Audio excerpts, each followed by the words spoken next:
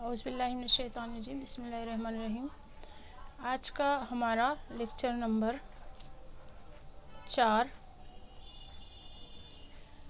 जैसा कि कल हमने डिस्कस किया, यूनिट सेल क्या होता है, लैटिस क्या है, यूनिट सेल क्या है। आज हम मालूम करेंगे नंबर ऑफ पार्टिकल्स कितने होते हैं एक यूनिट सेल में। देखते हैं number of particles in cubic unit cell.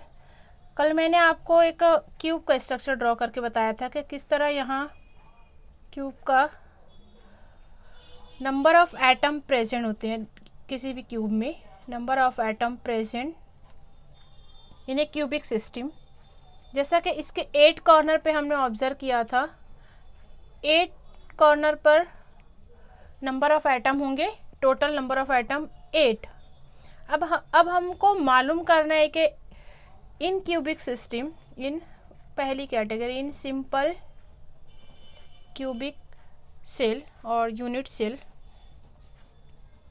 Simple cubic unit cell में कितने नंबर ऑफ एटम होंगे। Okay, in cubic unit cell we can find out number of atoms per unit cell. Okay, तो यहाँ पर corner पर हैं 8 corner के 8 atom, लेकिन अगर हम जब ऑब्जर्व करते हैं एक सिंगल एटम को यहाँ पर, तो उसका कितना पार्ट यहाँ पर होगा क्यूब के अंदर। आप इसको इस तरह ऑब्जर्व कर सकते हो कि ये हाफ बॉल है, ठीक है। जब हम यहाँ पर लेंगे ये वाला आधा हिस्सा, ठीक है, इस आधे बॉल का भी आधा हिस्सा जिस तरह अगर आप ड्रॉ करते हो ये इतना हिस्सा, तो यहाँ पर इसको हम लेंगे 1/8 part of the atom in inner side of the cube. Okay, cube के अंदर कितना है, आधे का भी चौथा हिस्सा, इसको हम लिखेंगे 8 कॉर्नर है उसके हिसाब से 1/8 पार्ट जो है उस एटम का होगा। तो यहाँ पर ये कितना हो जाएगा, 1 atom in a simple cubic unit cell, ठीक है। नंबर ऑफ एटम कैलकुलेट करेंगे तो यहाँ पर आएगा 1। सेकंड टाइप देखेंगे, that is a face centred unit cell. Face centred unit cell, इसमें हमने देखा था कि 6 फेस पर, पहले तो हम देखेंगे कॉर्नर्स पर, कॉर्नर पर नंबर ऑफ एटम 8 होते हैं, उसका 1/8 पार्ट जो है वो मिलेगा इस तरह यहाँ पर 1 एटम।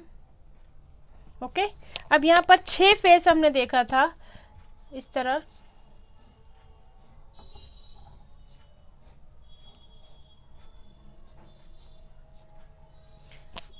ये आगे और पीछे के 2 फेस, ठीक है, इस तरह ये लेफ्ट एंड राइट 2 फेस, ऊपर और नीचे 2 फेस, इस तरह 6 फेस। अब एक एटम जो उसमें हाफ है इन 6 फेसेस, 6 फेसेस में 6, उसका आधा हिस्सा जो है वो क्यूब के अंदर है, आधा जो है बाहर है, तो इसको हम लेंगे 3। तो यहाँ पर टोटल नंबर ऑफ एटम कितने हो गए in face centred unit cell में, टोटल नंबर ऑफ एटम होंगे यहाँ पर 8 atom. Okay, is that clear. अब आगे हम देखेंगे, 4 एटम, 3 + 1 4 एटम। तीसरी system that is a body centred unit cell. अब हम यहाँ पर जैसे हम ऑब्जर्व किए थे कि पूरे क्यूब में सिर्फ जो है एक एटम जो है बॉडी के सेंटर में होगा इस तरह, कहीं पर भी आप उसको बीच में ले सकते हो। 8 कॉर्नर्स पे है तो हम इसको लेंगे 1/8 part of 1 atom, that is 1 atom, ठीक है। अब बॉडी का एक एटम बॉडी के अंदर है, ये बॉडी के इनर साइड है, एक एटम 1 × 1, इसको हम लेंगे 1 एटम, ठीक है। तो टोटल एटम कितने हुए यहाँ पर 2, total number of atom 2 in a body centred cell. चौथी टाइप बेस सेंटर, ये आपको बुक में नहीं दिया गया है लेकिन आप इसको आगे नीट और जी की स्टडी के लिए ले सकते हो। बेस और एंड सेंटर भी कहते हैं इसको, एंड सेंटर्ड यूनिट सेल। इसमें देखेंगे हम, इसमें कोई भी 2 अपोजिट फेस लेनी थी। पहले तो हम कॉर्नर के लेंगे 1/8 कॉर्नर के लिए 1 एटम, ये सब में काउंट किया जाएगा 1/8 part of the all 8 corner atoms, ठीक है। अब यहाँ पर 2 रहते हैं, 2 उसका जो है हाफ पार्ट जो है वो बाहर होगा, हाफ अंदर होगा, तो इसको हम लेंगे 1/2, that is a 1 atom. So in base centre total 2 atom is taken per unit cell. Is that clear? ये इतना क्लियर हो गया है. तो हम इसको टेबल में लिखेंगे, number of unit cell per unit cell. Actually unit cell के एग्जांपल लेते जाएंगे और उसमें देखेंगे कहाँ कहाँ मौजूद है. ये पूरा समरी हो जाएगी. Number of particles per unit cell in a cubic system. ठीक है, आप यहाँ लिख सकते हो इन क्यूबिक सिस्टम. ओके, तो हम पहली टाइप जैसा कि देखें, that is simple or primitive unit cell. Okay, simple cubic cell, cubic unit cell. Okay, इसमें हमने ऑब्जर्व किया 8, आप सिर्फ कॉर्नर के ही लेंगे तो यहाँ लिखेंगे 1/8 ऑफ ऑल 8 कॉर्नर. ठीक है, यहाँ पे फेस सेंटर और बॉडी सेंटर नहीं होगा, तो यहाँ पे सिर्फ हम इसको डैश कर देंगे. Total number of atom per unit cell, ये कॉलम में हम लिखेंगे total number of atom per unit cell, that is 1. तो सिंपल क्यूबिक यूनिट में हमेशा हम एक लेंगे, एक एटम होता है.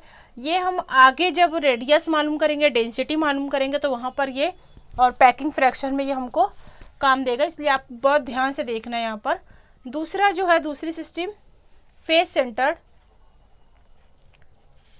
Centred cubic unit cell, cubic unit cell.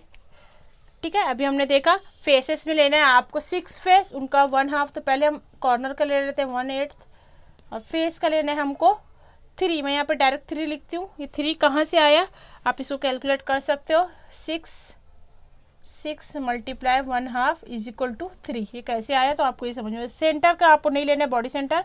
तो टोटल कितने होंगे यहाँ पर, 1 + 3 that is 4 for the face centre.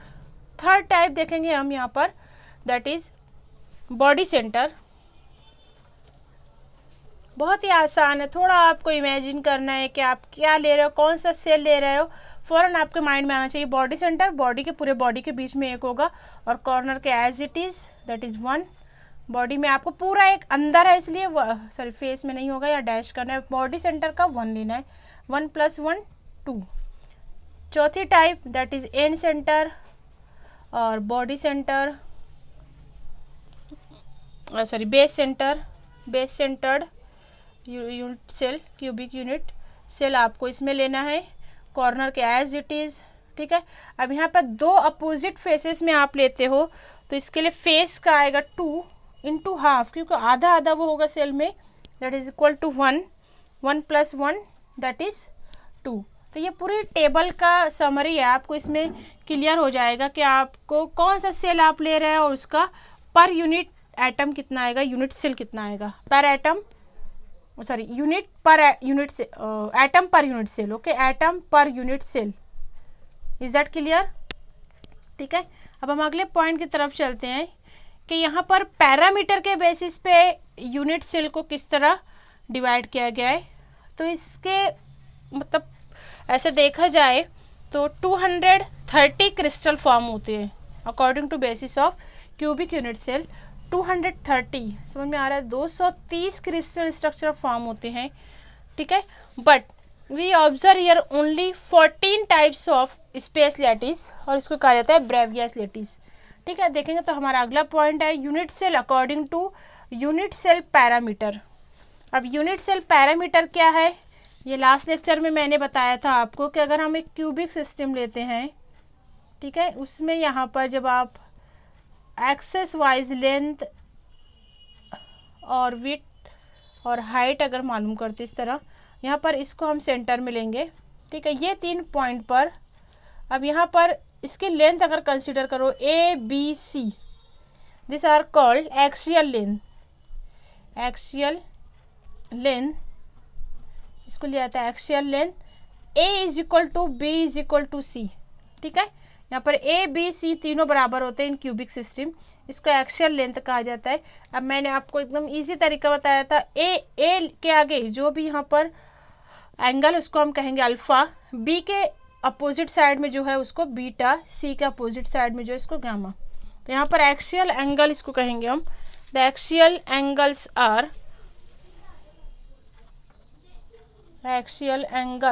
Are alpha is equal to beta is equal to gamma. इसको सेल पैरामीटर कहा जाता है, ये लास्ट पीरियड में हमने देखा था। अब उसके बेसिस पे, सेल पैरामीटर के बेसिस पे इसको 14 तरीके से